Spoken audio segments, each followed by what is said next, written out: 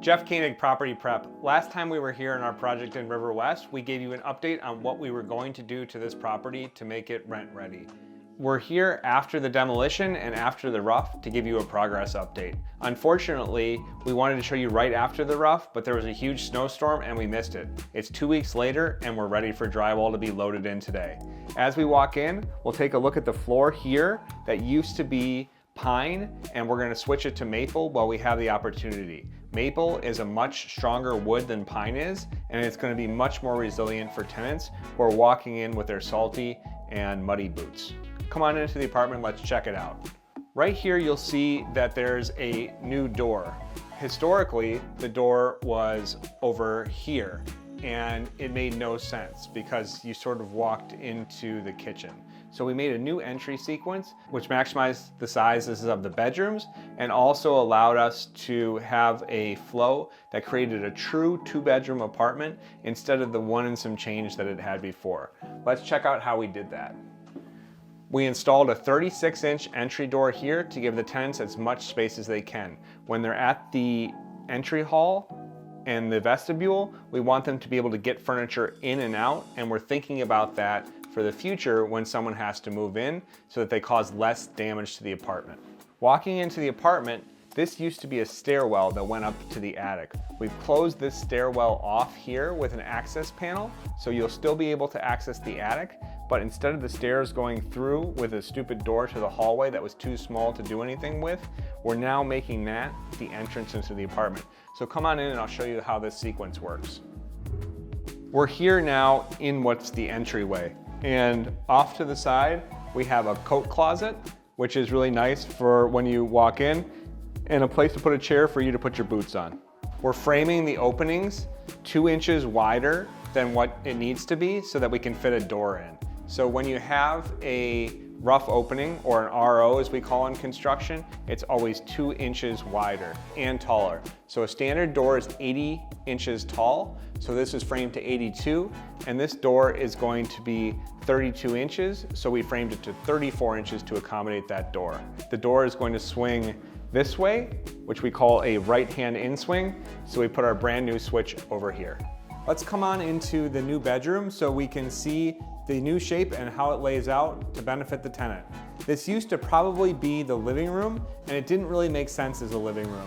So there was a closet here that has some good storage space, but it wasn't enough storage space, and it was a huge room. So we're gonna recapture some of this space to help with the entry sequence, but also still allow for adequate light and ventilation, having a king-size bed, and a nice space over here where you can put a desk or a dresser. You'll see here that all of the plaster was not done terribly well, and over the years, it's chipped off. The drywallers are here today loading in drywall, and they're gonna laminate over the entirety of this space. That's them making noise in the background. Here we put another closet to make his and her closets for additional storage. And this made sense because we were already framing a hall closet. It made sense to get ourselves a closet for this bedroom so that we could have 2 and make it have ample space like a modern unit. We're gonna keep all the flooring here, just put new drywall up and a new light fixture, and it's really gonna be a beautiful space for someone to be in, maximizing the value of this apartment and also creating a space where we have enough room for 2 full-size bedrooms. Back through the entry sequence, we have the closet off to the left. Off to my right is the entryway. We have enough of a turning radius here to get a mattress in, and we're going to head into the kitchen next to show you what we did here. And the kitchen is actually large, but just not a great layout. So what we did here is we kept the original built-ins, which we talked about, originally keeping. We're probably gonna lift up this countertop here and put a solid surface countertop in. We are going to laminate over this drywall, or this plaster with drywall, and that'll be our hood fan.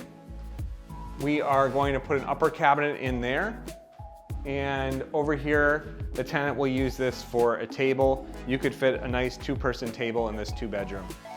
The gas range is going to stay, and here on the sink wall we've roughed in with PEX plumbing a sink base here, dishwasher, lower cabinet, and then matching above. We used PEX A with copper stub outs. PVC was existing, and we've roughed in for both a dishwasher and a garbage disposal. Off of the kitchen, we have a bedroom, which is not ideal, but it's pretty common in older properties. Come take a look at what we got here. This bedroom was really small and really purple and had a light where you had a pole chain in it. We've totally changed that out to put in new electrical so that we can have a switch on the wall like a normal apartment. You'll be able to fit a smaller bedroom in here, which is perfect for a younger person or someone who doesn't need a lot of space. But what you do have a lot of space in is the closet. And right here, we have a 60-inch opening, and where we used to have the entry became this huge walk-in closet now. This window right here is going to be eliminated, and that's going to be able to free up a ton of space to have all sorts of shelving to make this really a grand closet. Let's head back out through the kitchen and into what's now going to be the living room. As you recall, there used to be walls right here, and then another one over here that we're going to see later on. Those didn't make any sense. I couldn't really figure out what this room was. So we put a new door to the outside in, which still needs to be insulated and finished to be flashed. And then we removed these two walls, which were non-load bearing, and the flooring type changed from maple to a pine, which is the same as we saw in the entryway. And we're going to get rid of all of that pine. We're down to the original subfloor. We're going to patch that in, and this is going to be a wonderful living room for somebody with access to a deck. As you recall, this bathroom door here was at a weird 45.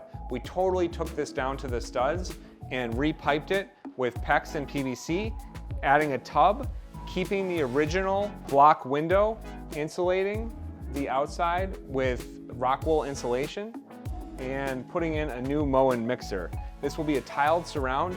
Normally on a rental property, we really like to see a 1 or 3-piece surround because it's a lot easier for cleaning and maintenance. But when you have all of these jogs and a glass block window, that's unfortunately not an option. So we have to do tile here, and one of our wonderful tile setters will be able to accomplish that. And here we have set up for a pedestal sink because unfortunately it's too close to the tub to be a vanity. The water will cause the melamine to blow out. And here's the rough-in for the future toilet right here. Other than that, that's the tour here. They're gonna start loading in drywall today, and we're gonna start to see a ton of progress. We'll take you back after the drywall is completed and the place is primed, start showing you the finished carpentry and the project really coming together. If you liked this project, we'll leave a link down below for more of our other projects that we've done that are in a similar style. We'll also leave our favorite tools that we used on this project down below. Please like, subscribe, and leave a comment and tell us about what you'd like to see, if you have any questions, or if you would do anything differently. This has been Jeff Koenig from Property Prep, and we'll see you on the next video.